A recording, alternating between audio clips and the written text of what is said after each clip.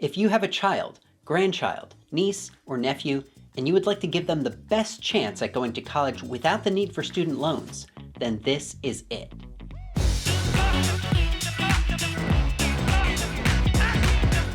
Hello and welcome to Practical Personal Finance, where you get the information you need to understand and succeed with money.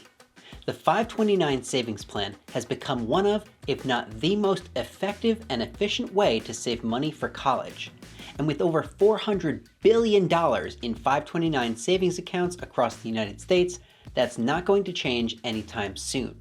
So today, I'm going to get you up to speed on what a 529 savings plan is and how it works. I'll tell you the pros and cons, and at the very end of this video, I'll give you 3 tips for how to best utilize this college savings tool. A 529 plan is a special type of savings account that's most commonly used to save money for college. The plan has an owner who deposits money into the account and a beneficiary who utilizes the money in the account to cover the cost of an education. The 2 most common owners of 529 plans are parents and grandparents, with the beneficiaries being their children and grandchildren respectively. That being said, there aren't really any guardrails when it comes to whom you can open a 529 plan for. You can open one and name your niece, your nephew, your spouse, your friend, or even yourself as the beneficiary. And that beneficiary isn't locked in forever. You can change who it is whenever you like by filling out some basic forms and submitting them to your 529 plan administrator. These 529 plans get their name from Section 529 of the Internal Revenue Code, which lays out the ground rules for how the plans work. There are 2 main types of 529 plans: education savings plans, which will be the main focus of this video, and prepaid tuition plans, which I may discuss further in a future video. The education savings plans are sponsored and operated at the state level, and every state except for Wyoming offers a plan. But don't worry if you live in Wyoming, because you do not need to be a resident of a specific state to participate in that state's 529 plan. And you can use the funds in any 529 plan to pay for qualified education expenses in any state. So, as an example, if I was a resident of Virginia, I could open up a 529 plan with the state of Utah and use it to pay for my son's college tuition in Michigan. There's no limit to how much money you can deposit in a 529 plan on a yearly basis, but there are limits for how much you can have sitting in the account at one time.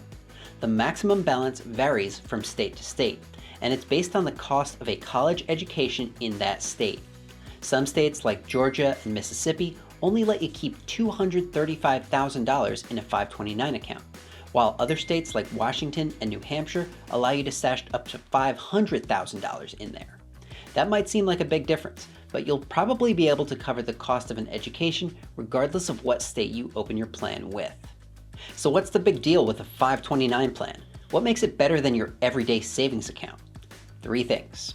First, 529 plans are investment accounts, meaning once you deposit some money into the account, you can use that money to purchase investments like mutual funds, bond funds, and index funds.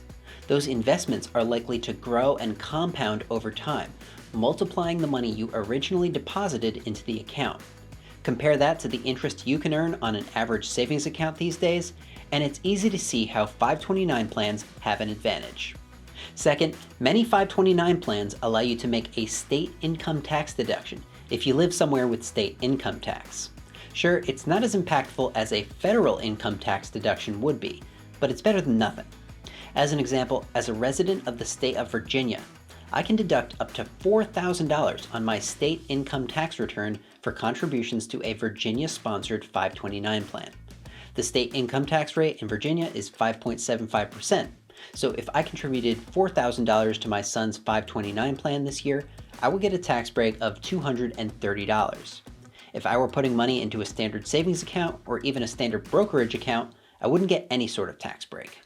And third, speaking of tax breaks, the money in a 529 plan grows tax-free as long as it's used to pay for qualified education expenses.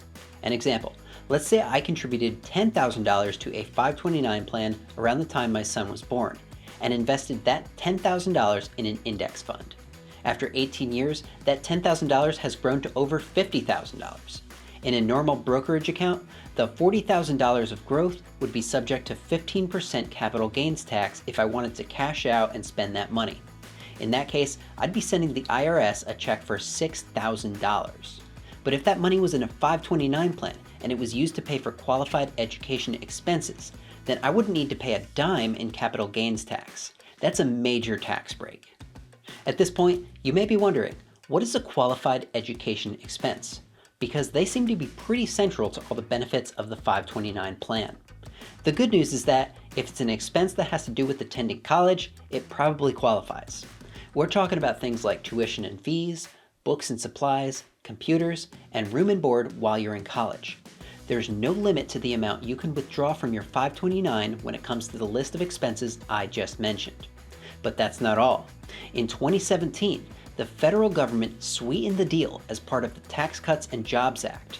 Now you can also use up to $10,000 per year from your 529 to pay for tuition at K through 12 schools.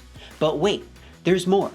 In 2019, the federal government expanded the list of 529 eligible expenses even further with the SECURE Act. Now you can also use your 529 plan to cover the cost of certain apprenticeships or to repay up to $10,000 in student loan debt. Up to this point, I feel like everything I've had to say about 529 plans has been pretty positive. And that begs the question, are there any drawbacks? Well, for starters, if you decide to use the money you put into a 529 account to pay for something that's not a qualified education expense, you won't get the same tax benefits. In fact, you'll be penalized. You'll end up having to pay income tax plus a 10% penalty on any earnings that don't go toward education. You might end up with an effective tax rate of 50% or more, depending of course on your income level and state of residence.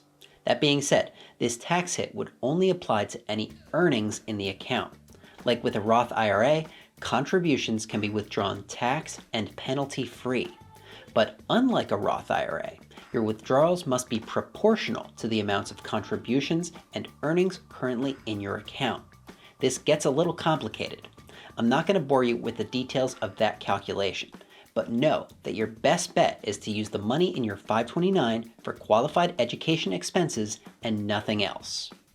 What if you funded a 529 for your child and they ended up getting a full scholarship for college and no longer needed the money?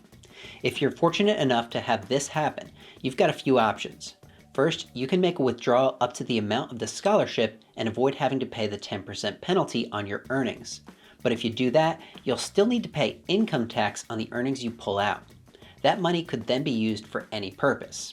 Alternatively, you could change the beneficiary to another family member of that beneficiary and allow that person to take advantage of the money in the account. This might work to your advantage if you have another child or a niece or nephew that's planning to go to college. Before I wrap this video up, I want to give you 3 tips for how to best utilize the 529 plan to save for college. First is to contribute to your 529 plan consistently. Come up with an amount you're comfortable with contributing each month and simply treat it like your internet or phone bill. Make it automatic if you can. The less you have to think about it, the more successful you'll be. Second is to start early. The more time your money has to grow and compound inside the account, the better. If you're starting a 529 plan for your child, the ideal time is before their first birthday. That way, your initial contributions will have the benefit of nearly 18 years of investment returns. If invested properly, whatever you contribute in the first few years of your child's life should triple by the time they're ready to go to college. And remember, each account can only have one beneficiary at a time. So if you have multiple kids, that means you need multiple accounts. That's especially important with what I'm going to talk about next. Third is about asset allocation. You need to treat your 529 plan similar to how you treat your retirement accounts with regards to how you structure your investments inside of the account. It's easy to know, especially in the case of a child, when it's likely that they'll need to access the money in the account. You know when they're going to be 18 and headed off to college. If your beneficiary is still in diapers, you're probably safe with an aggressive portfolio made up of mostly stocks. If the market takes a dive, there's plenty of time for it to recover. But as high school graduation gets closer and closer, You need to be getting more and more conservative with your investments in the account, allocating more of the money to bonds, which are much less risky. To make it easier, some states offer something called a target date fund, which automates the process for you. I plan to make videos on both asset allocation and target date funds in the near future. So if this is something that interests you, click that subscribe button down below. Are you planning to use a 529 plan to save for college? Who will your beneficiary be? Let me know in the comments.